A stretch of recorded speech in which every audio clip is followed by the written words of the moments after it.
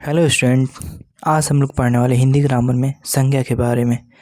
तो संज्ञा किसे कहते हैं और संज्ञा के कितने भेद होते हैं हम लोग इस वीडियो में अच्छे से समझेंगे। तो आइए अब हम लोग शुरू करते हैं। देखिए, संज्ञा का सामान्य अर्थ होता है नाम। यानी कि आपसे अगर कोई पूछे कि संज्ञा एक शब्द में किसे कहते हैं तो आप लोग बोल सकते हैं कि संज्ञा का सामान्य नाम अर्थ क्या होता है, नाम होता है। यानी कि नाम को ही संज्ञा कहते हैं। या दूसरे शब्दों में इसका परिभाषा भी आप लोग बोल सकते हैं कि किसी व्यक्ति, वस्तु, स्थान या भाव आदि के नाम को क्या कहा जाता है, संज्ञा कहा जाता है। जैसे में मान लीजिए राम, रहीम, सीता, गीता, कलम, पेंसिल इत्यादि। यहाँ पर लड़कपन, बुढ़ापा जितने भी लिखे गए उदाहरण, ये सब संज्ञा होते हैं। ठीक है। और आप यहाँ पर देखेंगे कि फिर यहाँ पर जितने भी हम दैनिक जीवन में अपने वस्तुओं को देखते हैं वो किसी न किसी प्रकार से संज्ञा है। ठीक है। हम उनको प्रतिदिन डेली लाइफ में, अपने यूज़फुल लाइफ में उनको हम संज्ञा के रूप में प्रयोग करते हैं। देखिए यहाँ पर एक नोट में, और यहाँ पर आप बात जान जाइए, जो संज्ञा होता है, क्या जो संज्ञा होता है उसको महानाम भी कहा जाता है। हिंदी में क्या कहा जाता है, संज्ञा को महानाम भी कहा जाता है। अब देखिए संज्ञा के भेद। संज्ञा के मुख्यतः 5 भेद होते हैं। परीक्षाओं में सिंपल क्वेश्चन पूछता है कि संज्ञा के कितने भेद होते हैं, तो 5 भेद होते हैं। या ऐसे ही पूछ देता है कि निम्नलिखित में बताइए संज्ञा के कौन से भेद हैं। तो आप यहाँ पर देखिए, व्यक्तिवाचक संज्ञा जिसको इंग्लिश में प्रॉपर नाउन कहा जाता है। 2 नंबर जातिवाचक संज्ञा जिसको कॉमन नाउन कहा जाता है। 3 नंबर समूहवाचक संज्ञा जिसको कलेक्टिव नाउन कहा जाता है। 4 नंबर होता है द्रव्यवाचक संज्ञा जिसको मटेरियल नाउन कहा जाता है। 5 नंबर होता है भाववाचक संज्ञा जिसको एब्स्ट्रैक्ट नाउन कहा जाता है। तो ये 5 जो होता है वो क्या होता है, संज्ञा के मुख्यतः भेद होते हैं। अब देखिए हम लोग शुरू करते हैं। तो पहला हम लोग समझते हैं व्यक्तिवाचक संज्ञा किसे कहते हैं। जिस संज्ञा से किसी खास व्यक्ति या वस्तु, जगह आदि का बोध हो उसे व्यक्तिवाचक संज्ञा कहते हैं। देखिए व्यक्तिवाचक संज्ञा वैसे होते हैं कि जिसमें किसी खास व्यक्ति का या खास जगह का क्या होता है, बोध होता है। जैसे मान लीजिए कोई लड़का है जिसका नाम मोहन है, सोहन है, तो उसको हम लोग खास नहीं कहेंगे, वो खास होना चाहिए। मतलब कि हर प्रकार से वो क्या होना चाहिए, फेमस होना चाहिए। जैसे राम है, राम किसका नाम है, यहाँ पर एक भगवान का बोध कर रहा है। यहाँ पर राम किसका, यहाँ पर भगवान, यानी कि वो क्या है, एक खास व्यक्ति है। रहीम, रहीम के आप लोग दोहे सुनते हैं, वो भी क्या है, खास। चांद है, सूरज है, रामायण है, महाभारत। यानी कि एक शब्द में आप ऐसे भी बोल सकते हैं कि जिसके समान कोई दूसरा ना हो। चांद के समान इस धरती पे या इस ब्रह्मांड में कोई नहीं है। सूरज के समान इस ब्रह्मांड में कोई नहीं है। यानी कि कोई खास व्यक्ति या वस्तु के नाम को क्या कहते हैं हम लोग, व्यक्तिवाचक संज्ञा कहा जाता है। अब आइए हम लोग देखते हैं जातिवाचक संज्ञा किसे कहते हैं। पहला तो हम लोग समझ लिया और इसको अच्छे से नोट डाउन आप लोग कर लीजिए।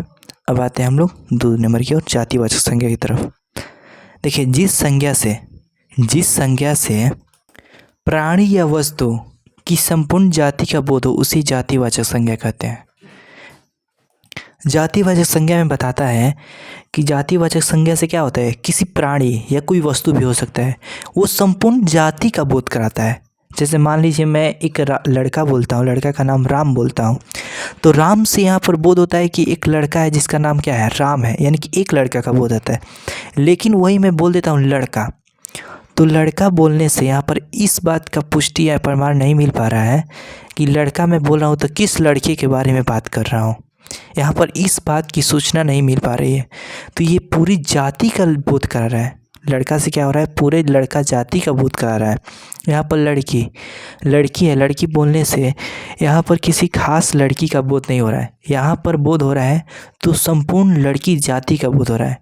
अब मैं उसी में बोल दूँगा सीता, तो इस जाति के अंतर्गत उस लड़की का मैंने नाम खोल दिया कि इसका नाम क्या है, सीता है।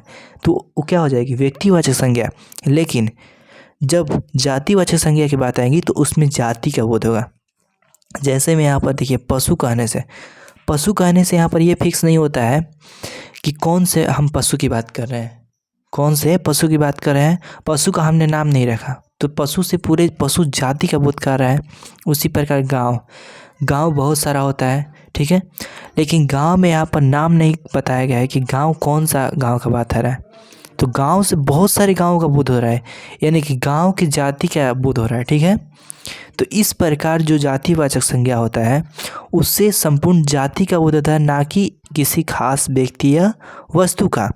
अगर किसी खास व्यक्ति या वस्तु का नाम होगा, जैसे मान लीजिए दिन यहाँ पर दिया गया है, अगर दिन के अंतर्गत आपको दे दिया जाए संडे, मंडे यानी कि इतवार, सोमवार, मंगलवार, कोई आपको दिन का नाम दे दिया जाए तो व्यक्तिवाचक संज्ञा हो जाएगा। लेकिन अगर आपको दिन कहा जाए तो आपको ये नहीं पता है कि कौन से दिन का हम बात कर रहे हैं, तो इसीलिए जिसका हमको पता ना हो और जिससे पूरे समूह का बोध होता है उसे हम लोग कहते हैं, समूह का नहीं, जिससे पूरे जाति का बोध होता है उसे हम लोग कहते हैं जातिवाचक संज्ञा। ठीक है, अब देखिए आगे बढ़ते हैं। अब हम लोग का 3 नंबर आता है समूहवाचक संज्ञा। इससे व्यक्तियों या वस्तुओं के समूह का बोध होता है। जातिवाचक संज्ञा में क्या होता है, प्राणी या वस्तु की संपूर्ण जाति का बोध होता था, लेकिन समूहवाचक संज्ञा में क्या होता है, इससे व्यक्ति या वस्तु के संपूर्ण जाति का बोध होता है। ठीक है, तो इसे क्या कहते हैं हम लोग, समूहवाचक संज्ञा। जैसे मैं यहाँ पर देखिए सेना कहने से इसमें आर्मी, नेवी, एयरफोर्स, बहुत सारे सेना के गुटों का क्या आ जाएगा, दल आ जाएगा।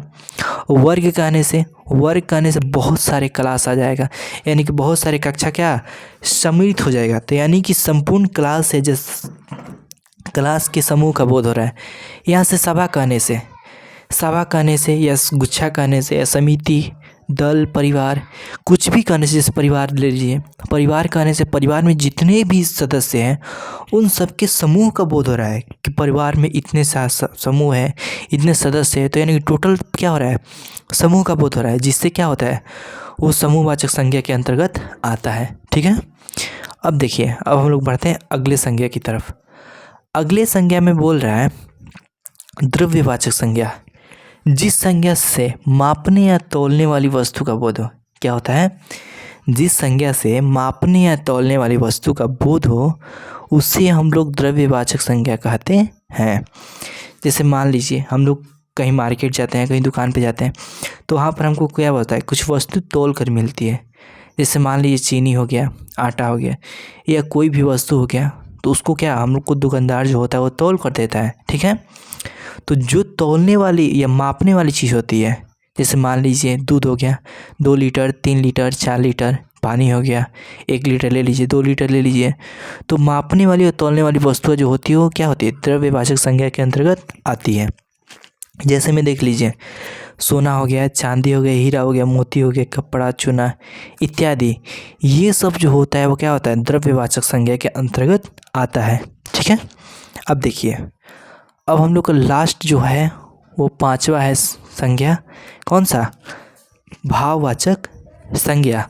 तो भाववाचक संज्ञा देखिए बोलता है कि जिस संज्ञा से व्यक्ति या वस्तु के गुण, धर्म का बोध हो उसे भाववाचक संज्ञा कहते हैं। ठीक है, और भाववाचक संज्ञा में बहुत बार जो स्टूडेंट होते हैं वो बहुत ही कन्फ्यूजन हो जाते हैं एक चीज़ में, वो मैं बताता हूँ। जैसे देखिए यहाँ पर अच्छाई, बुराई, लिखाई, ये कहने से क्या होता है, ये कहने से एक भाव व्यक्त होता है। भाव हम लोग का ये है कि वो व्यक्ति क्या है, उसमें अच्छाई है या उसमें बुराई होता है। ठीक है, वो व्यक्ति क्या कर रहा है, कुछ लिखाई कर रहा है या लिख रहा है। ठीक है, तो इससे भाव व्यक्त होता है, जिसको क्या कहते हैं, भाववाचक। जैसे यहाँ पर जवानी हो गया, सुस्ती हो गया, फुर्ती, इन सभी चीज़ों को कहने से एक भाव हो रहा है। ये नहीं कि समूहवाचक है या जातिवाचक का बोध हो रहा है, ऐसा कुछ नहीं है। इससे किस चीज़ का बोध हो रहा है, भाव को, यहाँ पर भाव उत्पन्न हो रहा है कि वो व्यक्ति कैसा हो रहा है, जवान है।